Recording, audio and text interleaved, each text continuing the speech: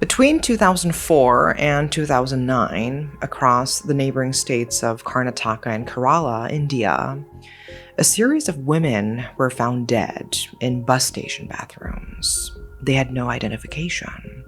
There were no witnesses, just bodies with froth around the mouth, a detail quietly noted in police reports. Local police treated each case the same way, an unnatural death, possibly self-inflicted. Each woman was buried or cremated as an unidentified person, and the investigation ended there. Over a dozen women were found this way, but no one raised the alarm. How could that be? Well, the women were all found in completely different places, different districts, different police stations, and different case files. No one was seeing the pattern because no one realized there was a pattern to see. And that is why, over 6 years, 20 women died in exactly the same way. And the exact same man was responsible for every one of them.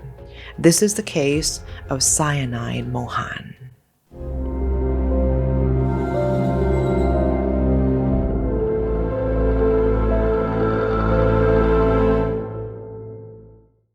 June 17th, 2009, a village called Barimaru in the state of Karnataka. A 22-year-old woman named Anita Bangeira left home without telling anyone where she was going.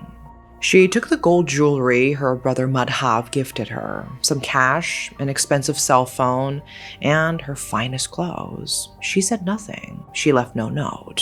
When her family realized she was gone, her father, Darkasiawithmegan, went straight to the police station to file a missing persons report.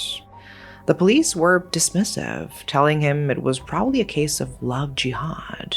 This was a prominent conspiracy theory in coastal Karnataka at the time. The idea was that Muslim men would deliberately seduce Hindu women in an attempt to convert them to Islam.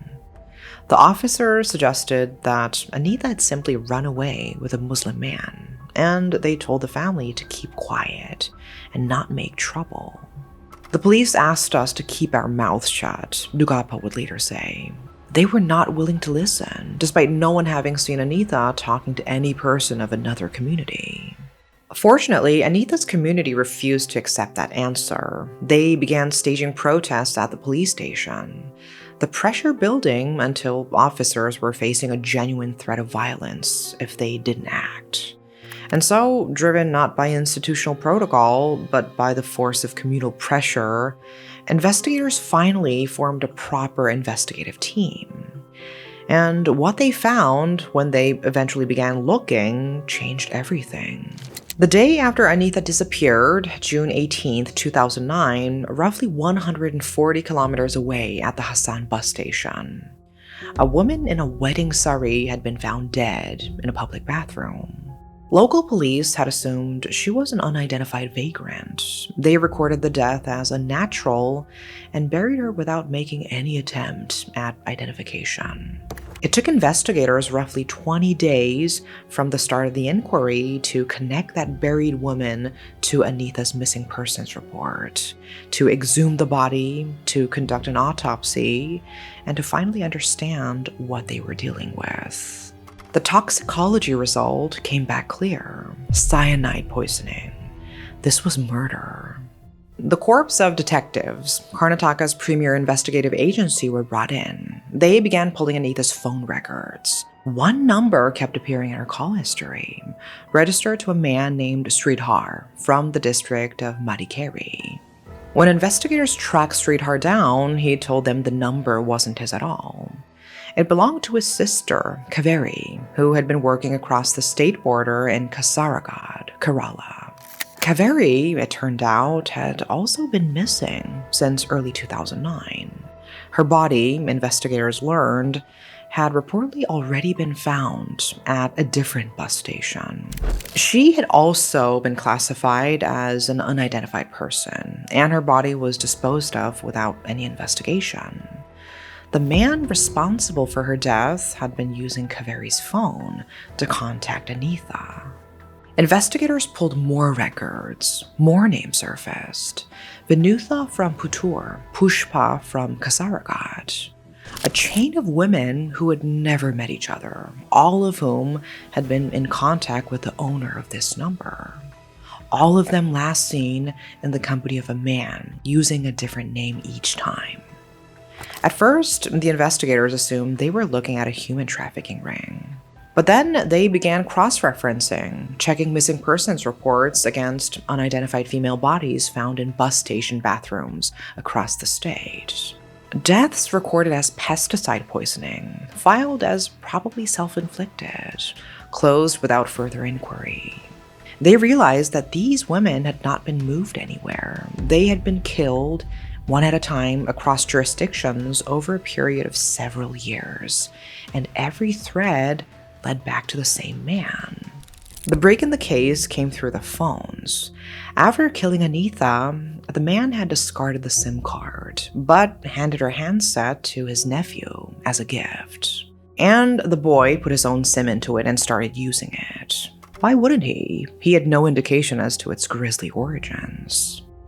But thanks to the man's short-sighted decision, detectives were able to trace the device, which led them to the nephew. He told them his uncle had given him the phone. His uncle's name, Mohan Kumar. A search conducted at the home of Mohan's wife, Sridevi, turned up 8 cyanide tablets, 4 mobile phones, jewelry that was later identified as belonging to Anita, and a collection of counterfeit government seals and official letterheads made out in various names. These counterfeit tools were what Mohan had been using to present himself as a senior government official, giving every woman he approached a reason to trust him. To make the arrest, investigators needed a way to draw him out.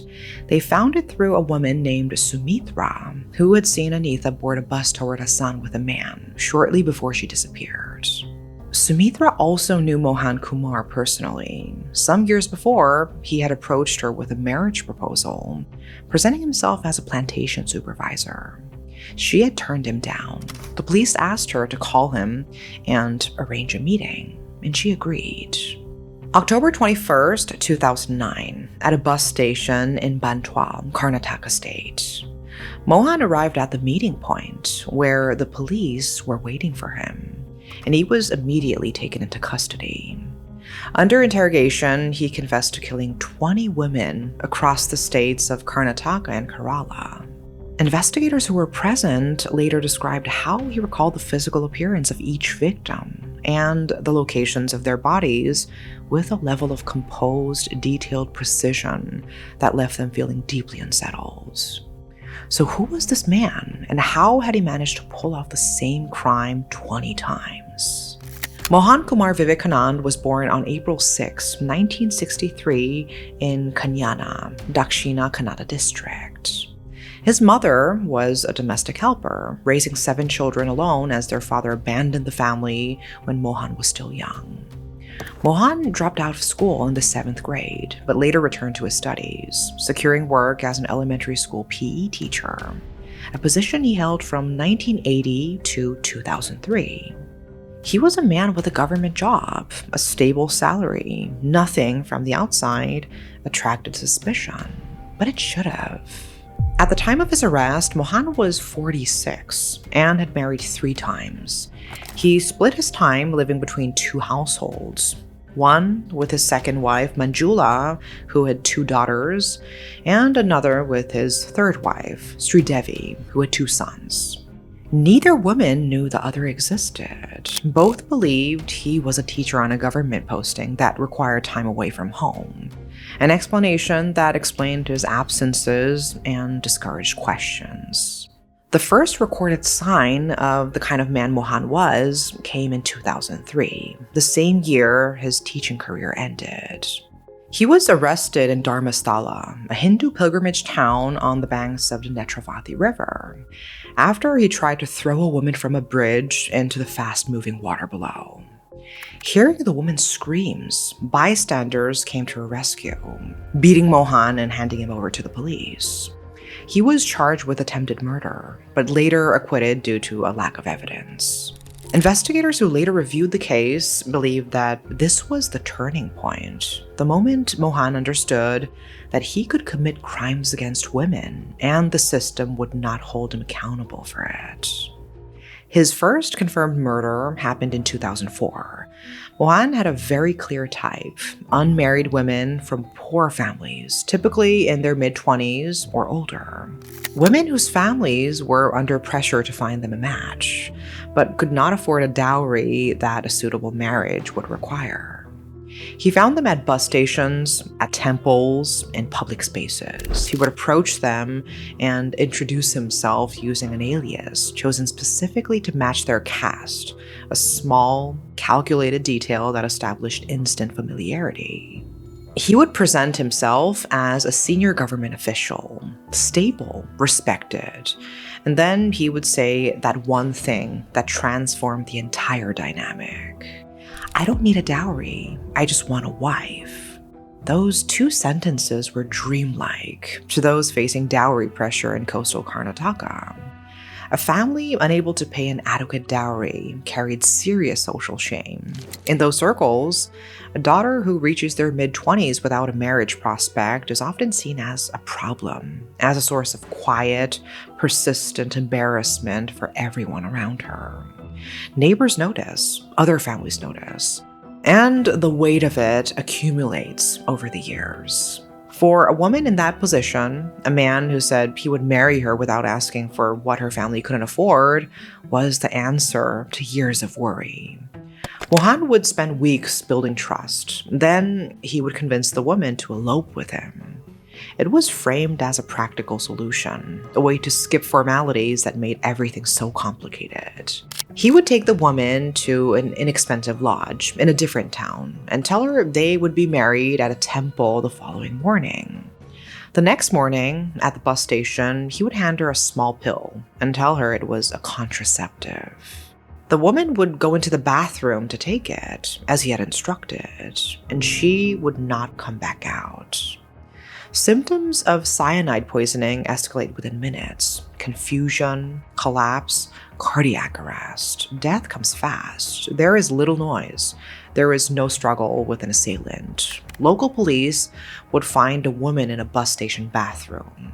No identification, no witnesses to any foul play, froth around the mouth, and it would be noted in the report, and the case would be closed.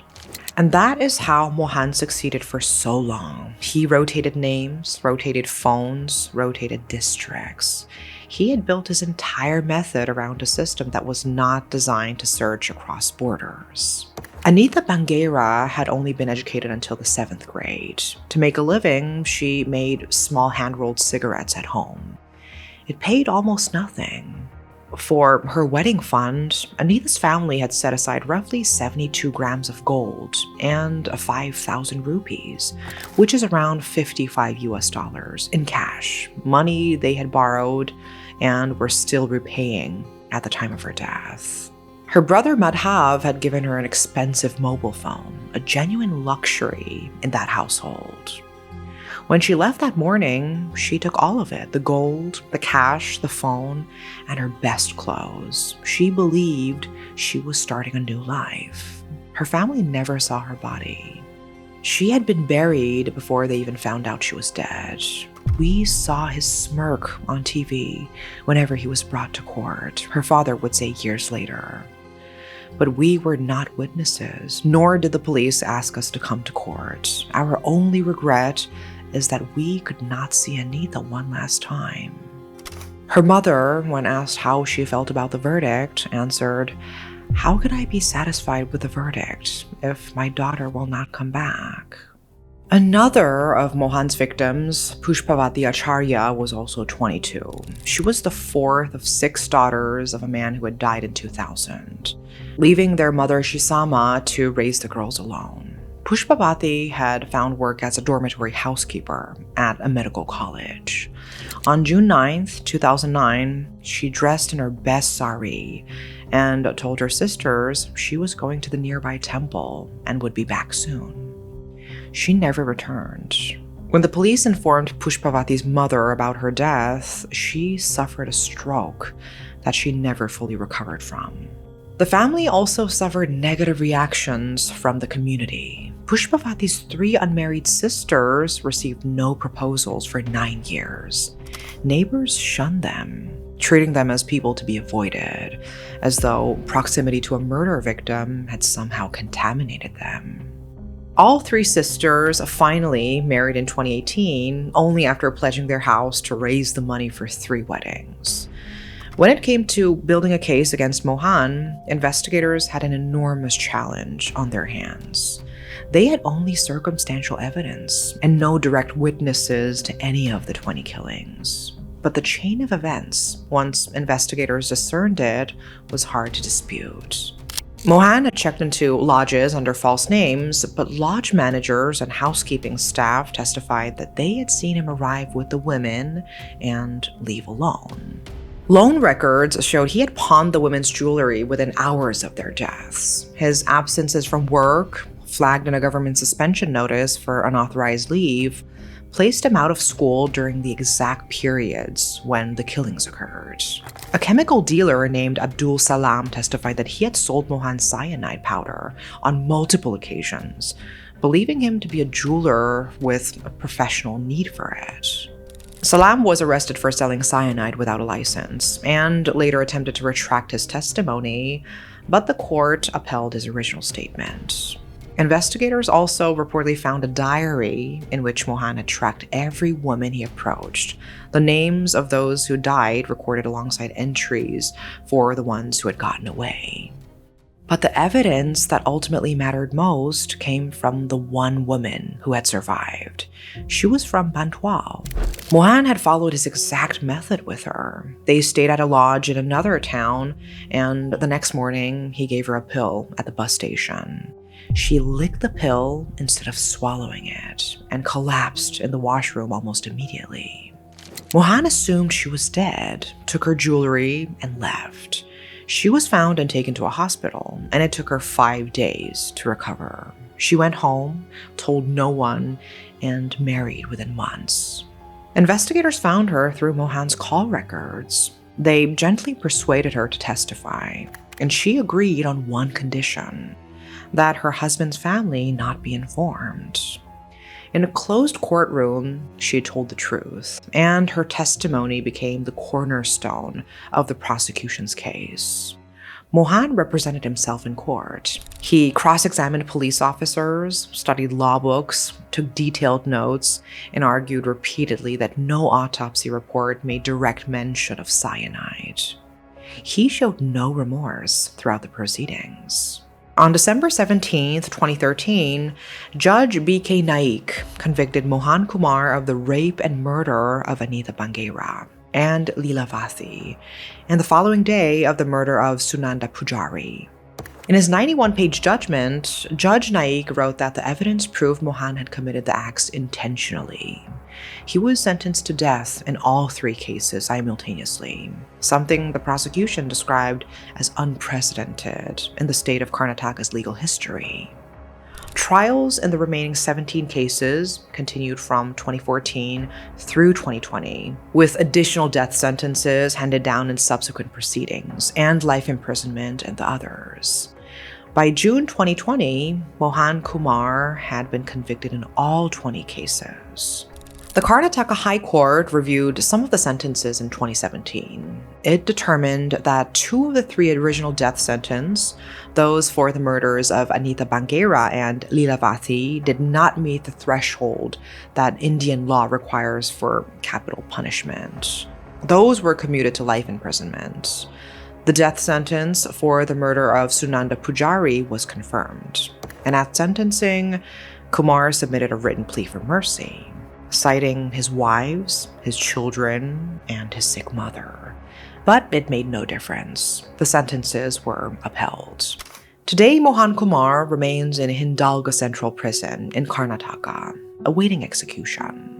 The case prompted the state police to formally review how missing persons reports are handled across district boundaries. Anita left home with the gold her brother gave her, and the belief that someone had finally seen her worth. Pushpavati dressed in her best sari and walked toward what she thought was a better future. 20 women lost their lives due to flaws in the system. What brought down Mohan Kumar was not a forensic breakthrough. It was a nephew unknowingly using a dead woman's phone, a tailor who remembered a face from years before, a survivor who, despite every reason to stay quiet and protect the life she had built, agreed to walk into a courtroom and tell the truth, and a community that refused to let the police look away. That is all for today. Thank you for watching.